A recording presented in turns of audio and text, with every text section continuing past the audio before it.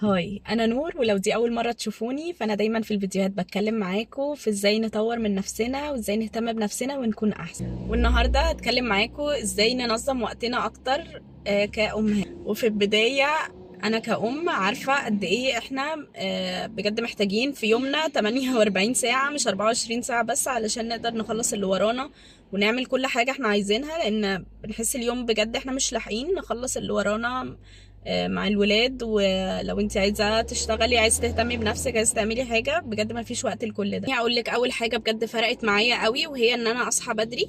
بس عايزه اقول لك ان انت ما تضغطيش على نفسك لو دي حاجه صعبه عليكي، لان عارفه وقت التسنين ووقت الاطفال السن الصغير بيصحوا كتير جدا، فانتي ممكن ده يبقى صعب عليكي.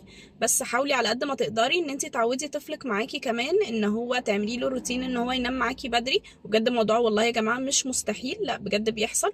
يعني انا ولادي الاتنين عودتهم ان هم يناموا بدري وان احنا كلنا نصحى بدري احسن. وعلى فكرة ده تقدري تعمليه من سن صغير، مش من وهم كبار. يعني من بعد مثلا 6 شهور ممكن تبدأي تعملي لهم روتين ان هم يناموا بدري شوية، بحيث ان انتي تهدي البيت بالليل على قد ما تقدري وما يبقاش فيه انوار، ما فيش دوشة.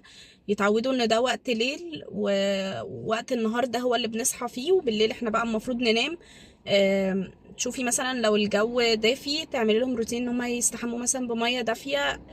الحاجات اللي هي تساعدهم على النوم، موسيقى هاديه، اي حاجه تحسسهم بان ده جو ليل، تضلمي الدنيا. ما تلعبيش معاهم، يعني تحسيهم خلاص ان احنا ده بقى وقت نوم وده البيت تايم، مش هينفع ان احنا نقوم نلعب دلوقتي. وليه انا بقول لكم النوم بدري والصحيان بدري؟ لان بجد اي حاجه انت هتعمليها الصبح بجد هتبقى فيها بركه في الوقت ده اكتر بكتير جدا من بالليل. وبجد عن تجربة موضوع فرق شاسع ان انتي تعملي حاجة مثلا بالليل، الوقت مثلا من 12 الظهر مثلا ل 12 بالليل مثلا، غير خالص مثلا من 6 ل 12. يعني ده تقريبا نص الوقت، بس هتعملي فيه حاجات اكتر من الحاجات اللي انتي هتعمليها في بقية اليوم. تاني حاجة، ودي حاجة أنا كلمتكم عنها كذا مرة بس دي بجد بتفرق معاكم قوي في تنظيم وقتكم، هي انكم تقعدوا في مكان مرتب. لما تقعدوا في مكان ما فيهوش حاجات كتير للستاف، مرتب، ده هيساعد معاكم ان انتوا الوقت هيبقى في بركة اكتر، بان انتوا لما تيجوا مثلا هتدوروا على حاجة، هتيجوا تلبسوا، هتيجوا تعملوا حاجة، هتعملوا ده بشكل اسهل. مش هتقعدوا تدوروا، مش هتقعدوا تشوفوا الحاجة دي انتوا سبتوها فين. فانتوا كل ما المكان يبقى مرتب وكل ما كل حاجة عندكم في البيت ليها مكان محدد ليها، ده بجد بيوفر معاكم وبيسهل عليكم. تالت حاجة وهي ان احنا نعمل ديليجيشن او نفوض المهام اللي احنا ممكن حد تاني يعملها غيرنا. يعني احنا كأمهات بنعرف نعمل كل حاجة بس مش هنقدر نعمل كل حاجة. فانتي الحاجة اللي انتي تقدري ان انتي تخلي حد يساعدك فيها ما تقوليش لا وانا هعملها لوحدي. لا طبعا خلي حد يساعدك فيها عشان حتى انتي تلاقي وقت ان انتي ترتاحي، تلاقي وقت تقعدي مع ولادك. ما تهلكيش نفسك على الفاضي. لو انتي تقدري تعملي ده وتخلي حد يساعدك في اي حاجة في البيت يقدر يساعدك فيها، طبعا اعملي ده.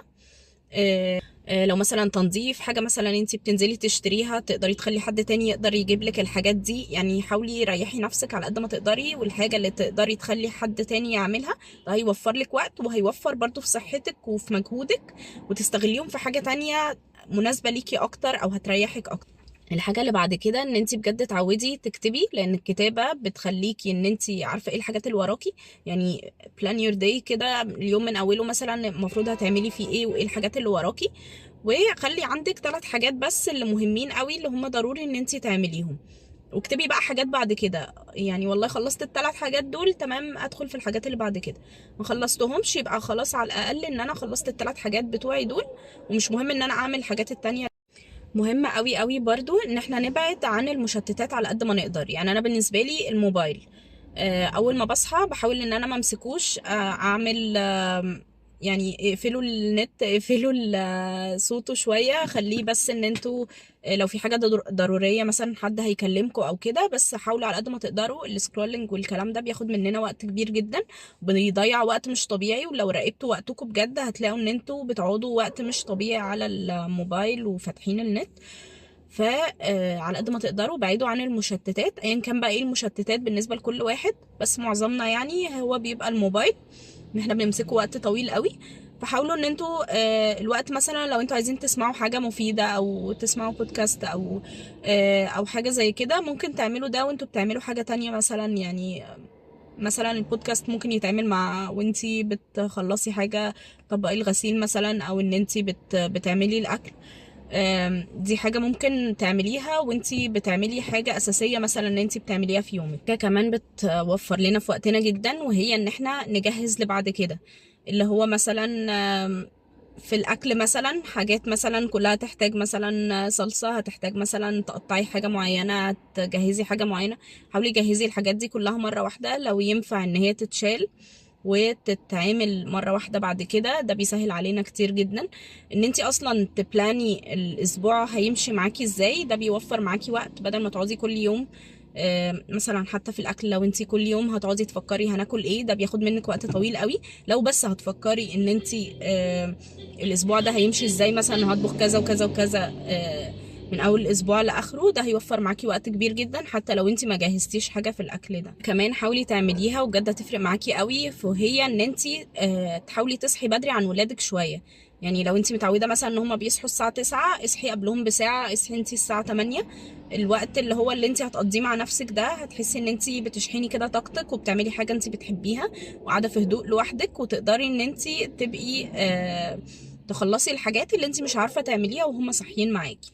الحاجه اللي بعد كده هي تحسي ان هي حاجه غريبه ومش مش شرط تنفع، بس والله نفعت معايا جدا. وهي ان انت اول ما تصحي ترتبي اوضتك. اول حاجه اوضتك يعني هتلاقي اللي هو السرير، ولو في حاجه مثلا مش موجوده في مكانها رجعيها مكانها والبسي. يعني ما تقعديش بنفس اللبس البيجامه اللي انت كنت نايمه بيها، لا غيري والبسي اكنك خارجه. حتى لو انت قاعده في البيت او بتشتغلي من البيت، بجد ان احنا نلبس ونبقى كده في وضع استعداد زي بالظبط ان احنا نزلنا من البيت. بتحسي ان انت مور انرجيتك وان انت عندك طاقه كده غير خالص لما بتبقي قاعده في البيت بنفس اللبس اللي انت صحيتي ونمتي. اخر حاجه بقى هي ان انتي محدش عارف ظروفك ولا عارف انتي مثلا محتاجه ايه قدك انتي. فانتي اي حاجه مش مناسبه معاكي ما تعمليهاش، علشان ما تضغطيش نفسك او تيجي على حساب وقتك او على حساب ولادك او كده. ما تكسفيش مثلا ان انتي حد من صحابك عايز مثلا تخرجوا في وقت معين او كده، ما تكسفيش خالص ان انتي تقولي له لا الوقت ده انا مش هعرف ومش مناسب ليا. فانتي حاولي ان انتي على قد ما تقدري تنظمي وقتك وتنظمي اسبوعك من بدايته. والحاجه اللي هي مش موجوده فيه وانت مش اساسيه او مش مضطره تعمليها، لا ما تعمليهاش وما تجيش على نفسك عشان مثلا ما تحرجيش حد او كده. لان انت في الاخر انت اللي هتتحملي بقى مسؤوليه وقتك اللي ضاع وطاقتك اللي راحت. فلا، وفري وقتك وطاقتك دول لنفسك. هقول لكم بقى تاني على الحاجات اللي انا قلت لكم عليها دي عشان ما تتوهوش مني، بس مش بالترتيب بقى زي ما افتكر. اول حاجه قلنا ان احنا نحاول على قد ما نقدر ان احنا نصحى بدري. تاني حاجة ان احنا نبعد عن المشتتات اللي هو الموبايل. لو انتي اللي بيشتتك الموبايل، يعني اول ما تصحي مثلا طفيتي الالارم، ما تقعديش ماسكة الموبايل تقلبي فيه، لا خلاص سيبي الموبايل بقى. ولو عايزة مثلا تسمعي حاجة او كده، دي تعمليها مثلا وانتي بتعملي حاجة تانية، حاجة مش هتضيعلك وقت. كام بتعملي مثلا اكل، ممكن تسمعي مثلا بودكاست او كده، ما فيش مشكلة. لكن ما تفضليش ماسكة الموبايل ونقعد نسكرول على الفاضي، ده بيضيع وقتنا جدا. قلنا كمان ان احنا نحاول على قد ما نقدر ان احنا نقعد في مكان مترتب، لان ده بيوفر علينا وقت ان احنا ما بنقعدش ندور، وبنلبس بسهولة وبنلاقي حاجتنا بسهولة. وقلنا بعد كده برضو ان احنا نعمل ديليجيشن للتاسكس اللي احنا حد تاني يقدر يعملها غيرنا. اي حاجة هتخفف علينا او هتساعدنا وتوفر من طاقتنا ووقتنا نخلي حد يساعدنا فيها، لان احنا مش هنقدر نعمل كل حاجة. احنا بنعرف نعمل كل حاجة بس مش هنقدر نعمل كل حاجة. قلنا كمان ان احنا نكتب الحاجات اللي احنا ورانا في اول اليوم، ونحط 3 حاجات دول الاولويات اللي احنا لازم نعملهم. خلصناهم ممكن ندخل في اللي بعد كده. خلصناهم بالعافية خلاص ما فيش مشكلة ان احنا ما ندخلش في اللي بعد كده، بس اهم حاجة احنا عملنا الحاجات اللي هي مهمة قوي. قلنا كمان ان احنا نحاول على قد ما نقدر ان احنا نجهز لبعد كده، اللي هو الحاجات اللي احنا بنعملها مثلا مرة واحدة او نقدر ان احنا نجهزها ونعملها. يعني نعملها مرة واحدة مثلا وتبقى جاهزة لبعد كده. دي هتوفر علينا وقت كبير جدا، وادينا مثال على كده اللي هو في الاكل. قلنا كمان ان احنا نقول لا للحاجة اللي مش مناسبة مع وقتنا ولا ظروفنا. مفيش مشكلة، ما نتحركش ان احنا نقول لا، عشان في الاخر ده هياخد من طاقتنا ووقتنا. واخر حاجه قلنا ان احنا نرتب اوضتنا اول ما نقوم، ونلبس اكننا خارجين بالظبط، ونهتم بنفسنا كده ونحط ميك اب ونبقى لابسين اكننا خارجين، علشان ده بيخلينا بجد برودكتيف وانرجيتك اكتر بكتير من ان احنا نفضل صاحيين وقاعدين بالبيجامه اللي احنا كنا نايمين. وبس كده، ده كان فيديو النهارده. قولوا لي تحبوا اتكلم عن ايه في الفيديوهات اللي جايه.